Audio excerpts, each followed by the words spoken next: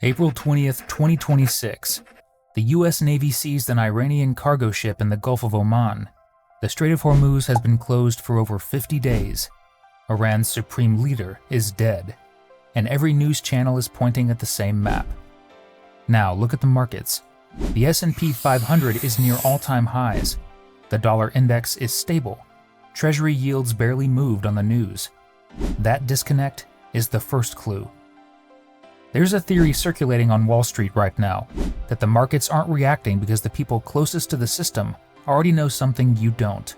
That while every camera is pointed at Iran, the US dollar is being restructured in real time. The war isn't the story, it's the cover. In this video, I'm going to show you the 4 prominent voices who are all saying the same thing. A hedge fund research founder, a White House economist, the US Treasury Secretary, and a major global bank. The data underneath their theory, numbers showing the dollar's foundation, is cracking faster than the headlines suggest. The specific mechanism they think is replacing it, a law Congress passed that almost nobody is talking about. A 1956 parallel that history says we're about to repeat. And by the end, 3 specific numbers you can track yourself. So whether the theory is right or wrong, you'll see the outcome before the news does. Because the information that matters is never on the evening news, and the people closest to the system are the ones rewriting it. Chapter 1. The 4 Voices. Let's start with who's saying this. Luke Gromen, founder of the Forest for the Trees, one of Wall Street's most followed macro research firms. In an April 2026 podcast, he called Hormuz a potential 1956 U.S. Suez moment, the event that formally ends American financial dominance. Stephen Mirren. In November 2024, he published a 41-page paper laying out specific tools to weaken the US dollar while keeping reserve currency status. User fees on foreign treasury holdings, forcing creditors to swap into 100-year bonds, red, yellow, and green country zones tied to tariff and security deals. 3 months later, he was confirmed chairman of the Council of Economic Advisors. Scott Bessent, U.S. Treasury Secretary, publicly projects the stablecoin market reaching $3.7 trillion by the end of the decade. And Standard Chartered Bank. Their research estimates stablecoins will generate roughly $1 trillion in fresh Treasury bill demand by 2028. While ships were being seized in Hormuz, these 4 have been writing the same thing in different rooms. 4 voices, 1 direction. Now the data. Chapter 2. The data underneath. Start with the Net International Investment Position, NIIP, what Americans own abroad minus what foreigners own of America. End of Q4 2025, minus $27.54 trillion. That's about negative 88% of GDP. Luke Gromen has compared this to past conflicts. After Gulf War I, the NIIP was minus 7%. After Gulf War II, minus 12. After the 2008 financial crisis, still just minus 15. Today, negative 88. Foreigners now hold $70.5 trillion in U.S. assets, a level of external exposure America has never had before. Second number, total U.S. debt, $39 trillion. The 10-year Treasury yield closed at 4.2% on April 20th. War elevated. Research places the debt death spiral zone at 4.6. Powell has called the trajectory unsustainable. Third number. In February 2026, foreign central banks were net sellers of $46 billion in treasuries. Private foreign holders bought $147 billion. Foreign share of total U.S. debt, 50% by 2010, 30% today. While Khomeini was killed and every TV cut to oil charts, sovereigns kept walking away. 3 numbers, 1 question. Who finances the next wave of American debt? Chapter 3. The Mechanism. The Genius Act. This is where the theory becomes concrete. In July 2025, while the news cycle was on Ukraine aid and the opening rounds of the Iran conflict, Congress signed the Genius Act. Senate vote, 68-30. Plain English, any dollar-pegged stablecoin used by Americans must be backed 1-to-1 by cash or short-term U.S. Treasuries. Monthly reserve disclosures, Full effect January 2027, but the pipe is already running. Total stablecoin market cap today, roughly $300 billion. The dominant player is Tether, a private company headquartered in El Salvador. Its market cap, $187 billion. This means it holds over $120 billion in US Treasuries. For 70 years, the list of America's biggest creditors have been a list of countries. Today, Tether, one private company with a few hundred employees based in El Salvador, is a bigger creditor to the US government than Germany, than South Korea, than Saudi Arabia. The European Central Bank flagged this in November 2025. Here's the loophole.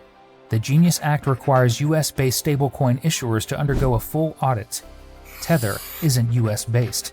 It relocated to El Salvador in January 2025, 6 months before the law passed. Foreign issuers aren't subject to the same audit requirement.